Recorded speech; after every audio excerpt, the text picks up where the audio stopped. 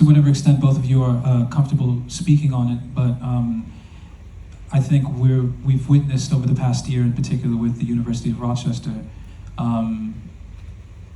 sort of moving of the goalposts. I feel like you can see that so clearly in this film, that every single thing they're dealing with has been systematically set up to oppress them. And it's like that here in the United States as well. Our government, our systems profit off of this occupation. They want to maintain this order that suppresses people's voices, suppresses student voices, because they know that the truth is what would destroy that order, because it's not just. You can't build something like a house of cards on the backs of other people and expect it to never change and never. I've always been a very straight A student. I don't get in trouble. I like to follow the rules, but I also was raised with a very strong moral compass, and if those things don't align, you have to push back. And I actually happened to work with Bassem, and I also worked with the Horeini family. I don't know if anyone here is aware of Muhammad and Sami Horeini. All of them, all three of these people are incredible activists who come out of Massafaryata, of whom are trying to travel the world, trying to beg people, world officials, the United Nations, United States Congress, New York State Assembly members of what has been happening in Massafaryata, while also holding the grief that they have been experiencing alongside Palestinians, of whom have been undergoing the genocide in Gaza. And so I think I want to acknowledge that, having met them and having spoken to them, literally active DMs with Sami and Muhammad at the moment, is there as a Palestinian in the diaspora, of whom is sitting in these secure seats, in this secure theater, of whom has a roof over her head, of whom has a son of who's at my mother's house at this exact moment being taken care of with a roof over his head. You feel a sense of guilt sitting inside this space watching that happen, because it's active. This is a story of the past, but it is a story that has been continuing. And while so many of us have been sitting in this theater today, we know that the moment that we turn on our social media, we will have watched the horrors of what has been undergoing in both Gaza, Massafaryata, across the entire Duffa, 48. We'll all watch that violence across our social media screens. And I just want to acknowledge that as a Palestinian, I spent my morning from 5:30 this morning with my son watching Al Jazeera and watching a story of a Palestinian researcher of whom goes around asking people for photos of the homes that they have been expelled from. And he goes out to find those homes for them. And if they have the ability, he takes them to those homes that were once theirs. We Palestinians, we can't turn it off. We can't. I think some of you here can. I think many of you here are also continuing on with your advocacy. You're trying to learn, you're trying to figure things out, you're trying to understand the layers of what has been undergoing in Palestine, and I really appreciate that. But I just want to acknowledge that movies like this can oftentimes also trigger us. And I'll be honest, I didn't want to actually sit through a film like this that could re-trigger the horrors for us. We see enough. So I just want to acknowledge, we oftentimes feel like in these spaces we have to come up perfectly. We have to hold our emotions back. Beautiful culture. I wouldn't choose to be anything else. I wouldn't choose to let go of any of this pain or anything that we're watching or any of my identity, because I love my culture, I love my people, and that's what we're fighting for. And that's something that I think everyone deserves the right to cherish and everyone can relate to. So I would just take this pain, sit with it, be uncomfortable, feel guilty, and remember that these negative feelings, you're taking them to fight for that right. And we're not afraid of sharing our experiences without the fear of backlash, without the fear of being intimidated, without the fear of being repressed. Regardless of all those oppressive structures that have been used to silence us, we don't give an F.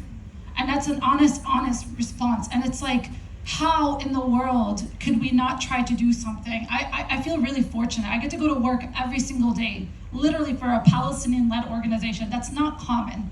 To be able to be as radical as I can be in the job that I do. I get to advocate for my people. I get to go into the steps of Capitol Hill and yell as loud as I want against the members of Congress of whom don't want to listen to us. In relationship to Masafirieta, I actually began my job the moment that those orders were handed over to hundreds of family members in Masafirieta. So my first line of work was to respond to the United States' role in this. And yes, the US plays a huge role in what you just witnessed. The US has an arm over Israel. It can tell Israel when to begin something and when to end.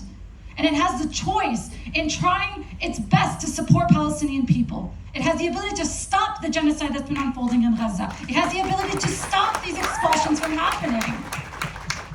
But I want you to understand that these members of Congress, including members of your own like Joe Morelli, are folks of whom receive letters from us with data points, familial testimonies, evidence, documentation, videos, everything that they possibly can receive, and they just choose to turn a blind eye. It is not that they don't know about this. It is that they are choosing to pretend not to know about this. I get to go to work to remind them of that. And if they don't hear it in their rooms, in their offices, they hear it out in the streets. We mobilize, we educate, we bring people together, we create community. That's what I get to do. And at the same time, I get to also enjoy life. And that to me is also a way of releasing this upset, this grief, this depression that I think so many of us are experiencing. I literally get to experience life, and I have also given life. That is an absolute joy to understand that as a Palestinian, and I think for many of you who have met us, all three of us here, or others in the audience, others in this community, I think you can see the joy around what it means to be us. I don't think I ever would want to be anything other than being Palestinian. I was actually just having this conversation with my husband, simply because I did have an emotional breakdown the other day after watching hours upon hours of what was happening unfold in Gaza.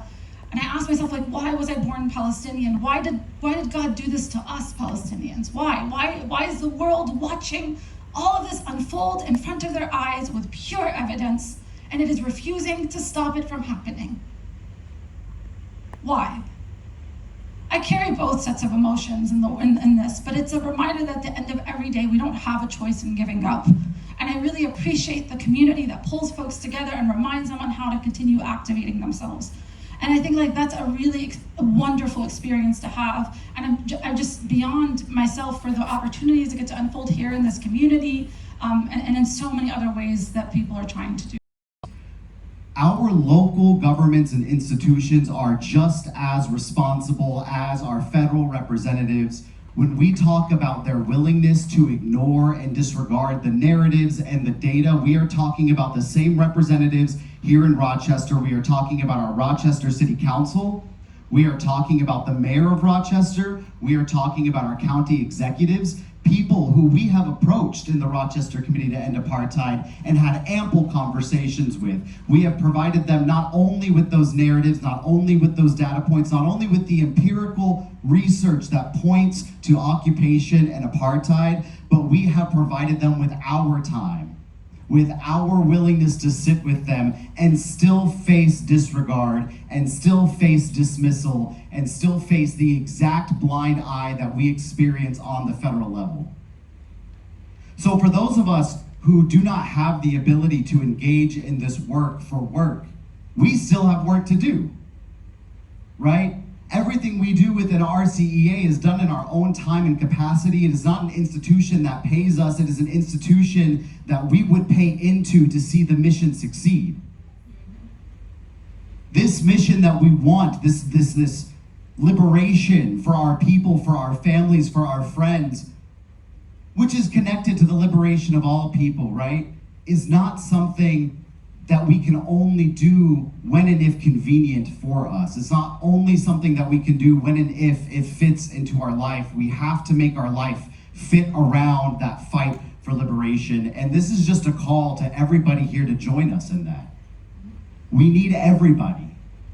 And consistently, as we come up against the city council, as we try and develop agendas and policy changes and legislative changes to see our city uphold values that we believe it should, values of equity, values of sanctuary, values established in 1986 through an ordinance that says our city oppose apartheid, and at that time was willing to defund from South African apartheid as a result of that belief.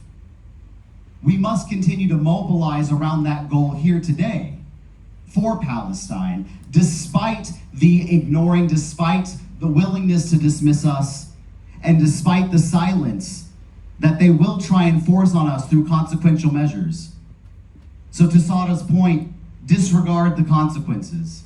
To Iman's point, continue to mobilize, continue to stay in these streets, and that's our only way to make the fraction of an impact that we can actually do here on this local level.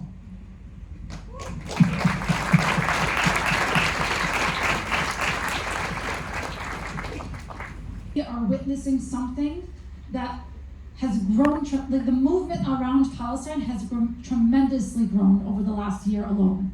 I want to acknowledge it's also because of our elders in which it has gotten to this point. I don't know if Bassem is actually here, but I want to acknowledge Khali Bassem. Are you here? He, amazing.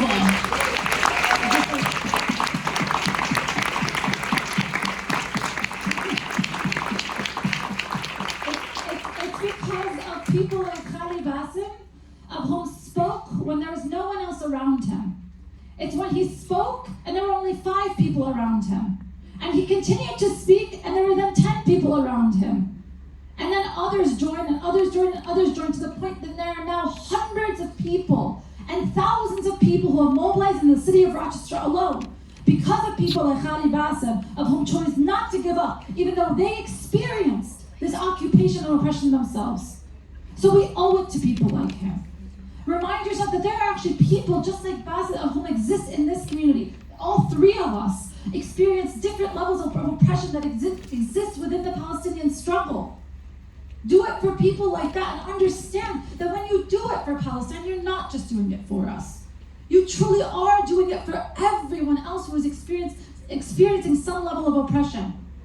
And we're talking now at the end of November. Let's not forget who is about to be put into office in just a couple of weeks.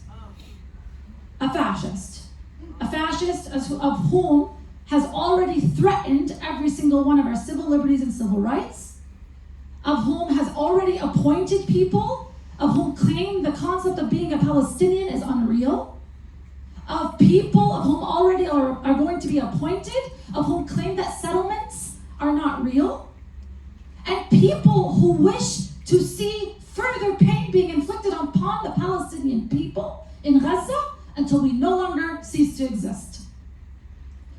And then at the same time, we are watching away all our protections, be they reproductive justice protections, healthcare protections, LGBTQ protections, everything that we know is possibly going to be sacrificed. When you stand up for Palestine, you are also standing up against those things as well. So prepare yourselves.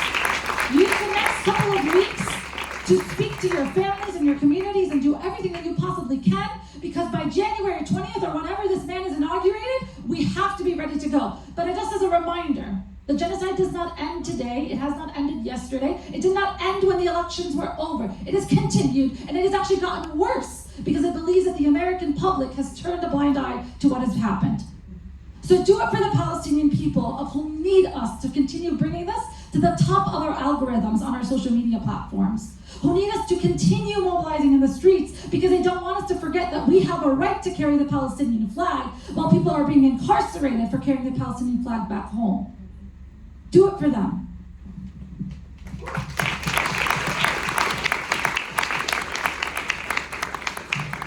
Do work for the city of Rochester, and I also mobilize to lobby the city of Rochester. And so it is a very common experience for me to have my endeavors conflated with either hateful intentions or disrespectful intentions or categorically anti-Semitic intentions, all of which have not been demonstrably true, are entirely false, and yet I still suffer repercussions from, right? And the reality is that we just do it. Like, you accept it. You accept it as a possibility. It doesn't mean you accept it as the reality. I think it's important that every step of the way you try and demonstrate that our movement is not only not anti-Semitic, which is such a tired excuse. Like, it's gotta go, right? But it's also something that is grounded in the love and respect for liberation of all oppressed peoples everywhere. And we see that even in legislation, right? Like, there was a federal bill very recently that aimed to strip 501c3 organizations of their 501c3 status based on their affiliation with terrorist initiatives. And those terrorist initiatives were not exclusive to supporting Palestine. They were also for states that have now restricted abortion care or reproductive care that are engaging in those rights, right? Like, it's an attack on all ends. So something that I find important is accept the possible consequence of your movement being misunderstood and recognize that every step of the way it is your responsibility to rectify that misconception. And also, anti-Palestinian racism. One of the denotative primary examples of anti-Palestinian racism is disregarding what a Palestinian is saying or experiencing simply on the basis that it calls for the incitement of violence of other people without supporting that fact. Call it what it is. It's racist. Every time we say we're Palestinian and we're being met with you're anti-Semitic, it's racist. Every time we say stop funding Israel and stop funding the genocide, and they tell us that we're hating the Jewish people, it is racist. Every single time that we tell our municipality that we want to see them divest from any institutions or companies that are connected to the sustainability of the apartheid, and they tell us that it is an unjust targeting of the Jewish state, it is racist. Now is actually, I am so glad that a year into this awareness around what has been happening in Gaza, we've actually now finally started to move beyond the threat, or allowing the threat of weaponizing anti-Semitism to stand in our way of actually speaking our truth. We've moved beyond that. And I want to acknowledge that Zionists are afraid. There have been polls done of not only American Jews, but of just generally the American public on how they feel in relationship to us even sending weapons to Israel. That number has grown. So it says to me that the weaponization of anti-Semitism, a threat that has been used since the construct of Zionism here in the United States, which goes back to the 1930s, is no longer as powerful as it once was. And that's why, as we all know, every single marginalized community has faced a level of threat in either weaponizing, weaponizing some sort of another form of discrimination of some sort. Even at one point, right, with the Black rights movement, with the Civil Rights Movement back in the 60s, as if us speaking for the liberation of Black people was racist against whites. There's no such thing. But we saw civil rights protections starting to get curtailed, as if they weren't already minimum. We're watching that happen again now. When the Palestinian rights movement, when the climate justice movement, when the indigenous rights movement starts to gain progress, threats continue to try their best to establish any level of fear that they can in people to stop them from speaking their truth. HR 9495 is that bill, the nonprofit bill that's trying to strip people of their rights as a nonprofit to continue doing advocacy work. I want to acknowledge that it actually doesn't just include Palestinian-led organizations. That includes organizations like the NAACP and the ACLU. Many people here probably already support those organizations. And they want to stop folks like that from continuing to do their work. That bill was both shot down this past week and is actually going to be brought back up this upcoming week yet again. Because when they fail, they come back harder. And not only are they actually voting on that bill this upcoming week, and thank you to your question, because they are continuing, this is again, doubling down on any sort of movement that is gaining progress. Chuck Schumer, our beloved friend of this community, has introduced the Anti-Semitism Awareness Act, which is an act that will be introduced and voted on and likely to pass this upcoming week. It is a bill that is going to, again, weaponize anti-Semitism to try and prevent people from continuing to speak. I know that those threats are scary. I know that once something becomes codified, it's terrifying. But we have to keep speaking on. We know what our movement is rooted in. It is not rooted in discrimination. It is not rooted in any sort of phobia. It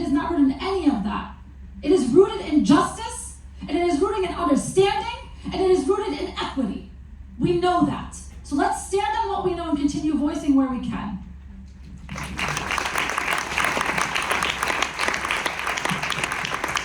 Come up here and deliver such incredible testimony time and time again. I know I speak for many in here that all three of you have had a massive impact on my life, and when you call, I and we will run, because this is what, and I guess I'm speaking for myself now, I promise you I will dedicate the rest of my life to planting seeds for a forest that I might not live to see. And all three of you, Jonathan, Iman, Sarah, thank you, thank you, thank you, and we will continue to show up, including tomorrow to the next films. All right, let's give them a huge round of applause.